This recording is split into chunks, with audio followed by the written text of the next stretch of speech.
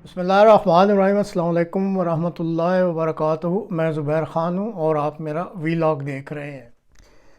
TLP के अनस रिजवी की अहमदियों के ख़िलाफ़ हर्जा सराई और इस जैसे गंदे जहन वाले एक मुल्ला का इबरतनाक अंजाम, ये आज के प्रोग्राम का मौजू है। नाज़रीन, आज के प्रोग्राम में आप दो मुख्तसर सी वीडियोस देखेंगे। पहली वीडियो में आप TLP के नाम नहाद मौलवी अनस रिजवी की तहजीब से गिरी एक इंतहाई आमियाना गुफ्तगू सुनेंगे। गो ये गुफ्तगू इस काबिल तो नहीं कि इसे सुनाया जाए, लेकिन इस शख्स के गंदे किरदार को समझने के लिए इसकी हर्जा सराई को सुन ही ले। वो झूठे हैं, वो बेबाक हैं, वो दलील हैं, वो रजील हैं, वो खबीस हैं, वो दुनिया के सबसे बड़े कमीने हैं। और जो मेरी बात को सख्त है उसकी कहे ये सख्त है, उसके लिए सारी मेरी ये बातें हैं। अगर आपने और मैंने खत्म नबूवत पर ऐसे बात की होती तो परवेज रशीद की जरूरत न पड़ती कि वो असेंबली के फ्लोर पर खड़े होकर कहे कि कादियानी को हुकूक मिलने चाहिए। मैं कहता तेरी माँ तू ना ही जम दी। मैं नून लीग एंड कॉपी कहता हूँ कि तुम्हें बड़ा दर्द है ना, मिर्जइयों से मोहब्बत है तो अपने घरों में ले जाओ, उनके साथ लेकर बाहर मुल्कों में चले जाओ। ये मिर्जइयों के लिए पाकिस्तान नहीं बना। पाकिस्तान का मतलब क्या? वो एक नून लीग का गुमाश्ता उठता है, असम्बलियां तुम्हें सरकार के नाम पर, पाकिस्तान के नाम पर मिली और तुम मिर्जइयों की बातें करते हो। और एक नून PTI का गुमाश्ता उठता है और वो कहता है जनाब सलमान तसीर जनाब शहीद है और जनाब आसिम उन्होंने जनाब फलाना और मेहनत कमीने। तुझे पता है गुस्ताख की हिमायत करने वाला भी गुस्ताख होता है। आपने अनस रिजवी को सुना। अब दूसरी वीडियो में आप अनस रिजवी जैसे गंदे जहन वाले माजी के एक नाम नहाद मौलवी का अंजाम भी खुद सुन लें। 1938 का वाक़या है कि हमारे हल्का इंतखाब हाफिज़ाबाद में पंजाब लेजिस्लेटिव काउंसिल की मेंबरी के लिए दो उम्मीदवार खड़े हुए, यानी चौधरी रियासत अली साहब चट्ठा और मियां मुराद बख्श साहिब भट्टी। ये दोनों उम्मीदवार इलाके के अहमदियों से वोट लेने के लिए दरख्वास्त कर रहे थे।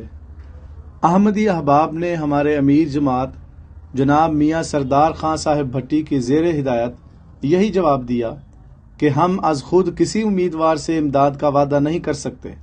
हमारे इमाम सैयदना हज़रत खलीफतुल मसीह सानी रदियल्लाहु अन्हु, जो मुल्की और कौमी हालात और मफाद को सबसे बेहतर समझते हैं, हमें जो इरशाद फरमाएंगे उसके मुताबिक कदम उठाया जाएगा।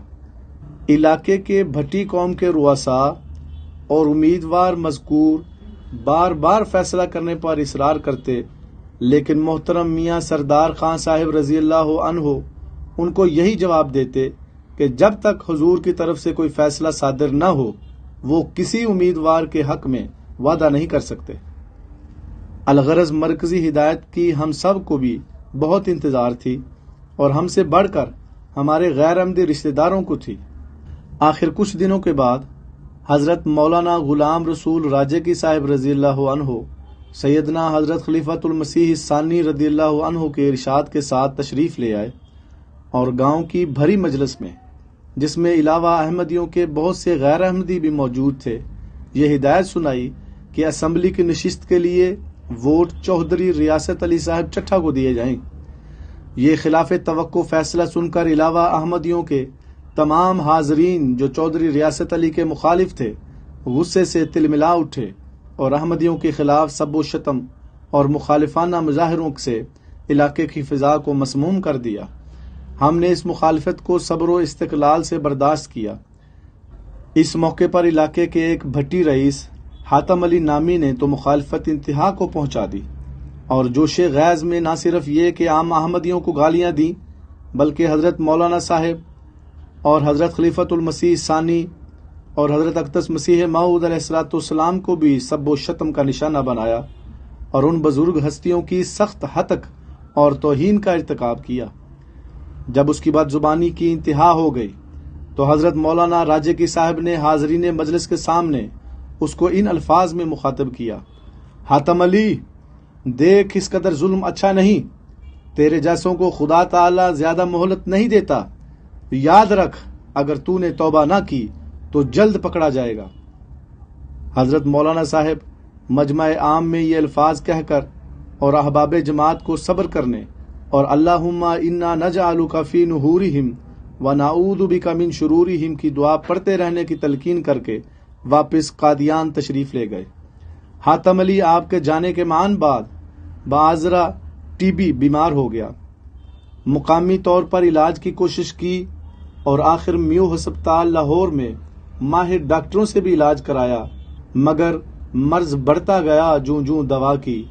قریباً 4 ماہ کی شدید اور تکلیف دہ علالت کے بعد یہ معاند احمدیت اپنے سب جاہ و جلال کو چھوڑ کر دنیا سے اٹھ گیا۔ حاتم علی کی وفات کے دوسرے دن جماعت احمدیہ شاہ مکین ضلع شیخو پورہ کا تبلیغی جلسہ تھا۔ اس میں شمولیت کے لیے علاوہ اور علماء سلسلہ کے حضرت مولانا غلام رسول راجکی صاحب بھی تشریف لائے۔ مولوی امیر احمد صاحب بھی اس جلسے میں شریک ہونے کے لیے شاہ مسکین گئے اور وہاں پر حضرت مولانا صاحب سے ملاقات ہوئی۔ آپ نے میرے بھائی جان کو دیکھتے ہی فرمایا، سنائیے بھائی، محمد امیر اس گالیاں دینے والے حاتم علی کا کیا حال ہے؟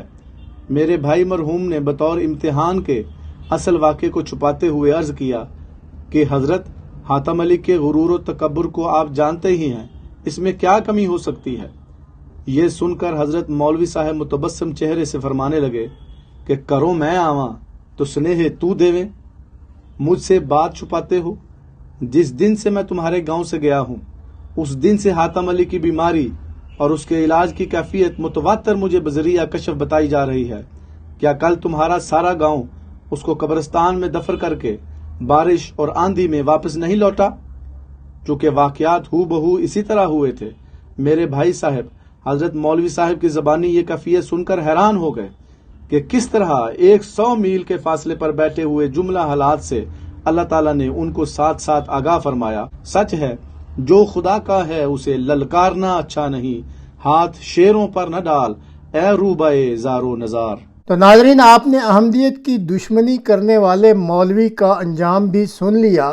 انس رضوی، تم اس قابل تو نہیں ہو کہ تمہارا ذکر کیا جائے، لیکن یہ جو تمہارے جیسے گندے ذہن والے ایک نام نہاد احمدیہ دشمن مولوی کا انجام تمہیں سنانے کے لیے یہاں بیان کیا گیا ہے، اس سے ہی نصیحت حاصل کر لو، اور اگر تم کچھ بھی خوف خدا رکھتے ہو تو احمدیوں کے خلاف دشنام ترازی اور ہرزہ سرائیوں سے باز آ جاؤ، قبل اس کے کہ تم بھی خدا کے ایک انتہائی سفاک انتقام کا نشانہ بن جاؤ۔